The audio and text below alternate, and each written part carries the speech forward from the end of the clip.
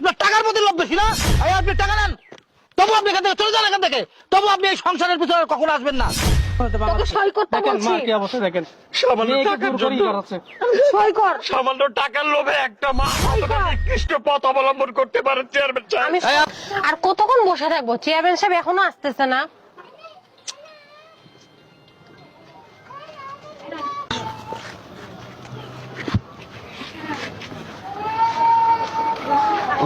আসসালামু আলাইকুম। ওয়ালাইকুম আসসালাম।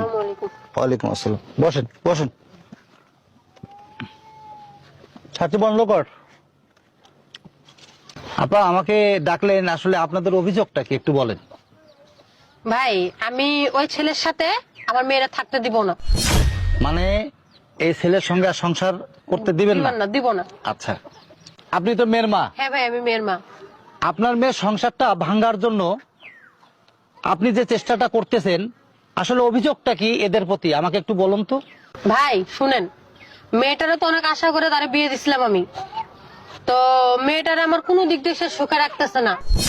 সে নেশা করে, অন্য ছেলেদের সাথে ঘুরে, ঠিক আছে, মেয়েটার কাছে কথা বলে না ঠিক করে।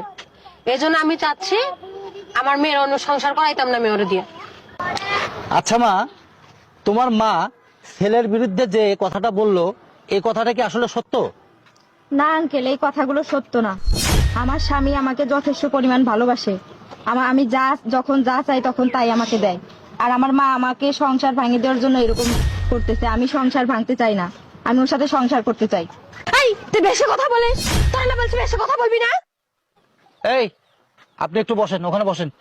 আপনি বেশি বসেন। কথা বস। আপনি আমার সামনে একে ধাক্কা দিচ্ছেন। এখানে আমাকে টাকার উদ্দেশ্য কি? আচ্ছা বাবা, তোমার শাশুড়ি তোমার বিরুদ্ধে যে অভিযোগটা দিল, আসলে এই অভিযোগটা কতটুকু সত্য একটু বলো তো। বিশ্বাস করেন চেয়ারম্যান সাহেব, আমার শাশুড়ি যা বলছে তার একটা কথাও ঠিক না। আমি নিজে না খাই আমি আমার বউরে খাওয়াইছি। আমি আমার চাইতে আমি আমার বউরে অনেক বেশি ভালোবাসি, কিন্তু আমার শাশুড়ি কখনোই চায় না যে আমি আমার বউরে নিয়ে সংসার করি। সবসময় উঠে পড়ে লাগে যেন আমাদের সংসারে বিচ্ছিন্নতা ঘটে, আমাদের জীবন যায়। আমি বিষয়টা মানে নিতে পারতেছি না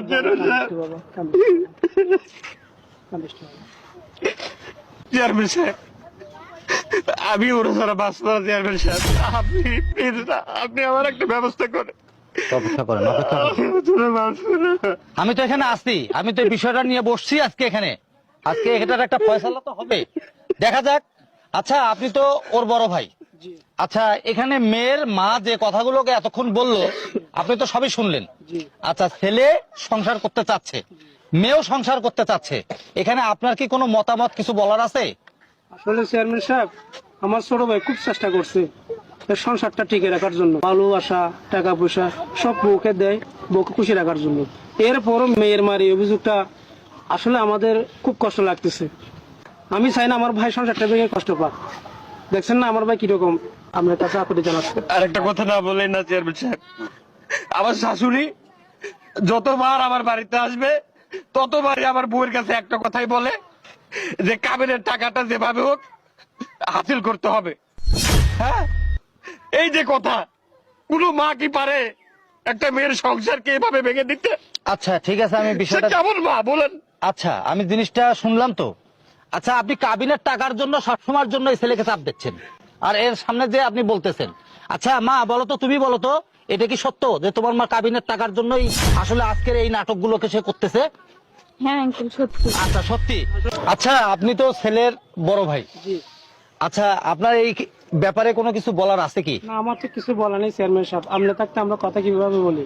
আপনি যেটা রায় দেন ওইটাই আমাদের জন্য ফাইনাল। আচ্ছা, এখানে যেহেতু কাবিনের টাকা নিয়ে এত কিছু কথা চলতেছে, আপনি কি কাবিনের টাকা নিয়ে আসতেন? হ্যাঁ চেয়ারম্যান সাহেব নিয়ে আসছি। এখানে রাখেন।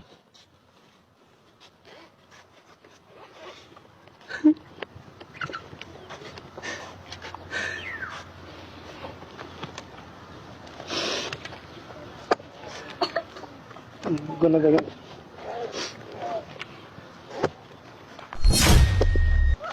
হ্যাঁ, এখানে 5 লাখ টাকাই আছে। আচ্ছা মা, এতক্ষণ এখানে যতগুলো কথা হলো সবকিছুর উদ্দেশ্যে টাকা ছিল, টাকা এখানে এসে পড়ছে, কলমটা নাও, এখানে একটা সিগনেচার করো।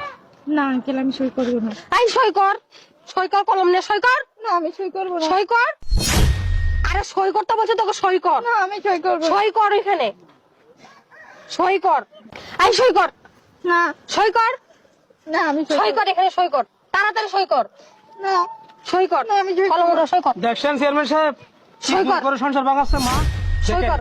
এই বিচারটা আপনি করেন। আমার করতে ছোট বলছি, ভাইয়ের সই কর। ভাইয়ের কিভাবে সংসারটা ভাঙাচ্ছে সই করতে দেখেন মা, বলছি। কি অবস্থা দেখেন। সামান্য মেয়েকে টাকার জোর করেই জন্য, করাচ্ছে।